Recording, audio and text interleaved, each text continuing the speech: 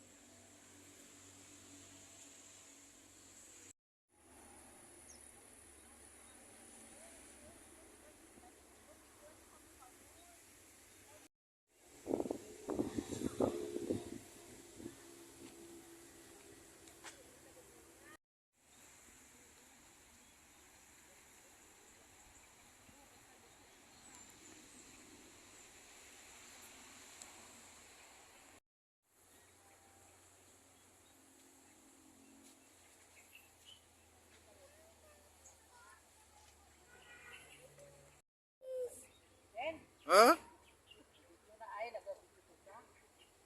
Picture ka na nakadon ni sauce. Dalawa pa yun. Dalawa.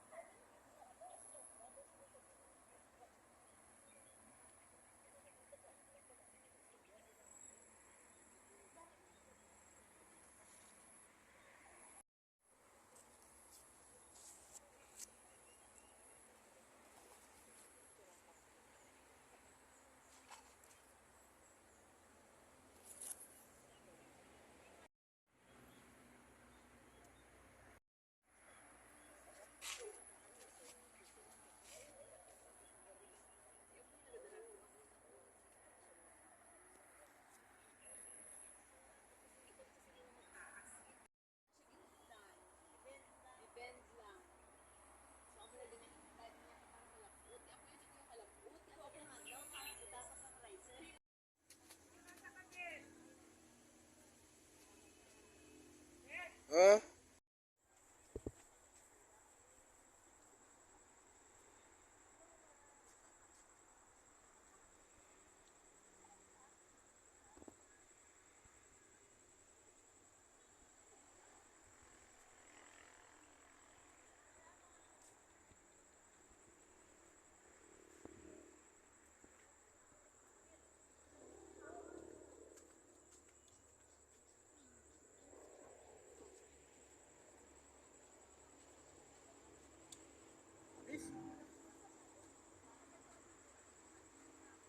Mulberry Farm.